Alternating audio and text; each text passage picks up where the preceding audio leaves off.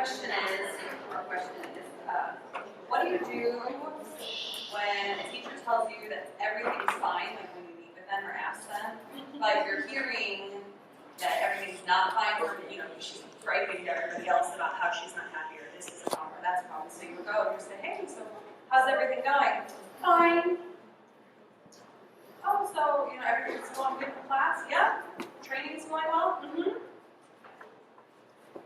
Okay, because that's not what I'm hearing from 3 other people. Right? Hi, I'm Hani Wolshansky, mama for and creator of the School of Excellence system, and I'm on a mission to help early childhood leaders build and sustain schools of excellence.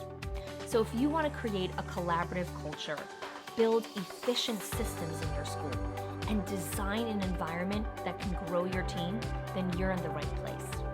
In the last 15 years that I've been working in the early childhood field, I've become deeply passionate of helping leaders with their mindset, their skills, the tools, and the strategies to build their schools. So each week, I'll share strategies, advice, coaching, and inspiring interviews.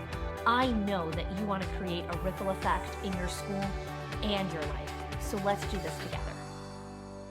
But my first question is, did you ever tell her that? That's not what I'm hearing from other people.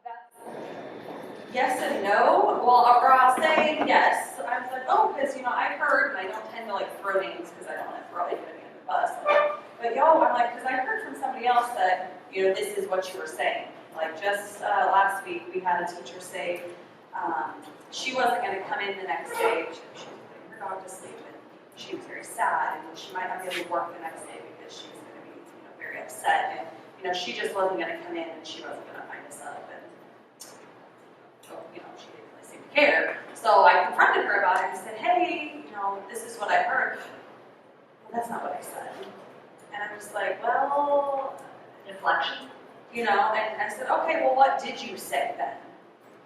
Because usually, it's perception, right? I get it. Sometimes words get changed. But so when you ask them something and then they just basically lie to you. Yep. So your question is? We need clarity around the problem. Remember the PAR framework. We need clarity around the problem. What are we trying to solve? What's your question? How do I get them to tell me the truth? What are good questions, I guess, to ask to dig deeper? Because I can ask them questions, but if they don't tell me the truth. Why do you want them to tell you the truth? Because I want to be able to help them be, supportive staff for their teachers. So if they're complaining about another teacher, I don't get along with her, she's rude to me, she's mean to me. Okay, well, I don't want that happening at the school if that's happening, but if she doesn't tell me that that's a problem, how can I give her a solution to fix the problem? So let's go back to understanding the clarity of what we're trying to solve.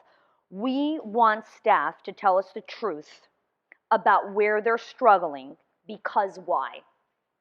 How does that affect the overall dynamic of a school environment if staff, we don't have to use the word lie, but if staff are using shields in conversations, how does that affect the culture?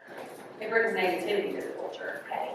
So I want my staff to tell me the truth because I don't want to have negativity. What else don't you want? Or what do you want? Or we don't want the gossip, because a lot of times they'll complain to everybody else. Okay. So no gossip. What do you want? Oh no. Trust. Okay. So I want my staff to tell me the truth.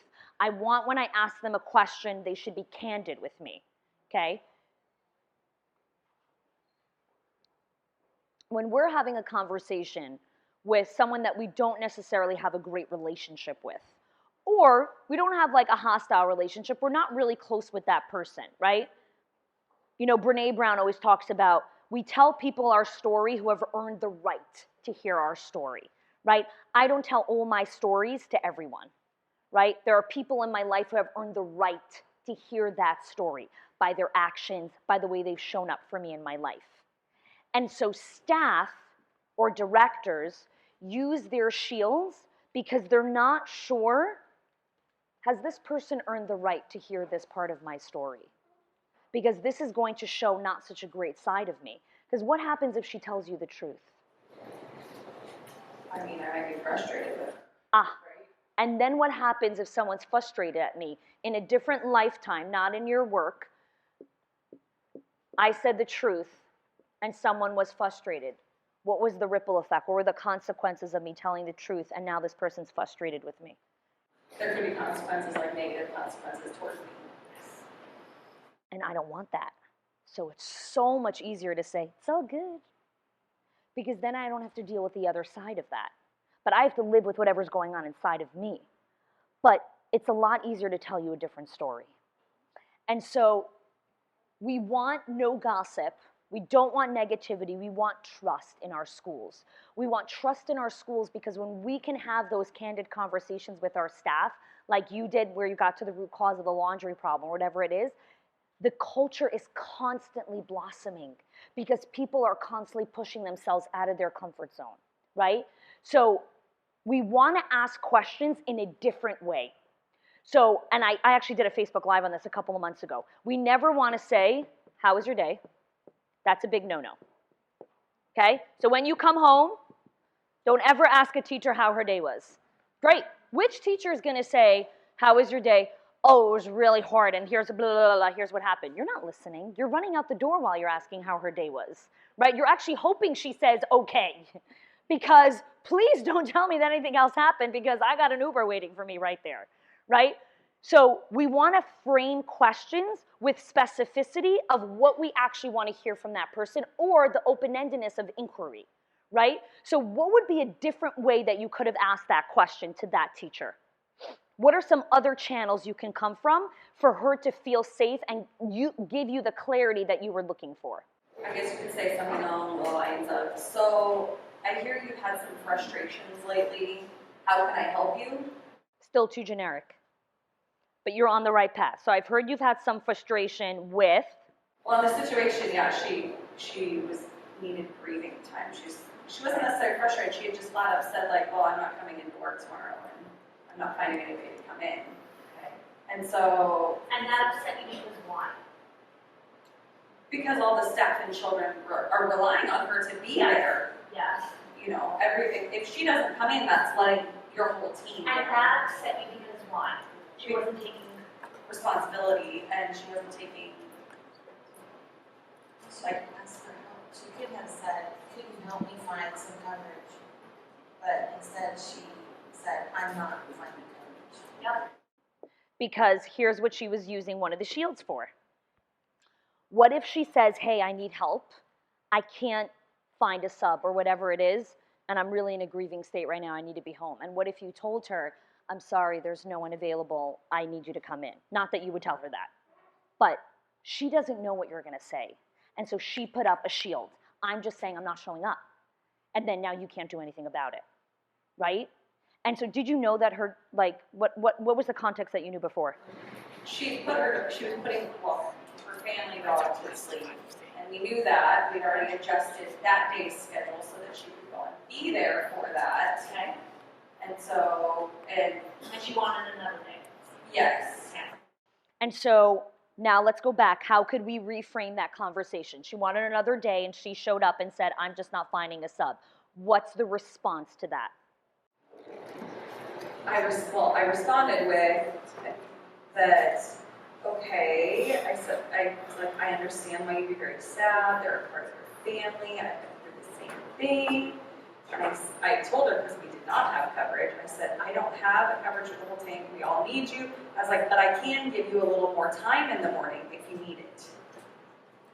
And so, what she said. and she's like, okay, we discussed, because she has had lots of absences from work. So that is also another, you know, Being on top of right, all of her team were very frustrated with her because she has missed so much time Right. already. So if all of those other things wouldn't have happened, this might not have been so frustrating, right? Did she show up later in the day? She left early that day, so I made a concession of, okay, well, you can try to leave a little early today. So she left an hour early, and then she got to come in late. So she didn't have to come in until 11:30 because later that day she's like, yes, I am going to need more time. And I said, okay. And so we gave her more time. Now, when you gave her all that time and all the concessions, did you actually paint the picture for her of what you did for her? yes, and she actually came back that afternoon saying, she said, thanks for putting me in my place or keeping my attitude in check. And so she came back and she seemed to appreciate it and said, thanks for reminding me that my team and the kids need me here. So that was really good. And I would go and reinforce and close the feedback loop one more time for her. And I would say, we as a team, as leaders, we all need to be here for each other. No one plans shit. No one plans craziness to happen. But we have to have each other's backs here. And I believe we did show up and have your back in a time that was really difficult for you. And I want you to know that we will always have your back. Come and ask us for help. We're here for you. And also know that you're part of a greater team. And you're here because you actually are needed here. You're not just an extra pair of hands. You're here because you're needed. So any day that you're not here, you are really missed. The kids miss you. Sometimes teachers don't even realize that. They think they're just like an extra pair of hands. No. No one pays for extra pairs of hands here. You're all needed. You are needed in this classroom. And just by hearing that, you validate the teacher's reasoning for coming into that classroom, right? I want you to close that feedback loop for her one more time because I want you to reinforce to her that she can trust you. And she should ask for help because you will have her back, okay? What was your original question? Because I want to make sure I answered that. Well, my original question was, this was a random count, but was that when you confront them with something you hear they're saying, but they don't share that with you. So obviously, like, you need to build the trust because maybe that's not why you're sharing it. So they're gossiping to other teachers with complaints of something, but they don't bring that complaint to you, so you can help them, right? So then, just to answer that question, there's two parts to that. One, you have to constantly be putting money in their emotional bank account, and that's where gratitude, feedback, voice memos, handwritten cards are constantly pouring into there. But then the other thing is you actually just hold them accountable to it. So you say, I understand that you feel like you're showing up like this. Your actions in the classroom are telling me a very different story. So I want to talk about the stories that I'm seeing, the stories that you're seeing. So in about 2 hours or whatever it is, or tomorrow, let's come with what we're seeing from our perspective, and I want to see how we're going to bridge that. Because right now you feel you're showing up this way, what I'm seeing is this, and we have to get it to come down the same path. And I usually recommend doing it for an extra day so she has time to actually think about it and show up and have that conversation and say, I know you think you're a team player, but here's what this story's actually showing. Okay? When they're resistant to that? Yeah. So, and then just to answer that, when they're resistant to that, we'll talk about that with initiative, but I do want to say this. Anytime a teacher's resistant, anytime, or a director, embrace that resistance in this kind of way. Say, I know that you're being resistant because you've reached a new ceiling. And so right now, cracking through a ceiling is really hard. But guess what I know? 6 months ago, you gave me resistance about that. And now you're showing up on time. So I know you have the capacity to break through ceilings. So this is good. It's okay. I know. But let's do this together just like we did 3 months ago. And you can always find the smallest area where they did push themselves, even if it means that they showed up on time for 3 days straight. That's a ceiling that they broke through. So use resistance as an opportunity to say, I know you're having resistance. You're breaking through another ceiling right now. Let's do this together. I got your back. So resistance is a good thing. Flip the script in your head. It's a good thing. They're breaking through another ceiling.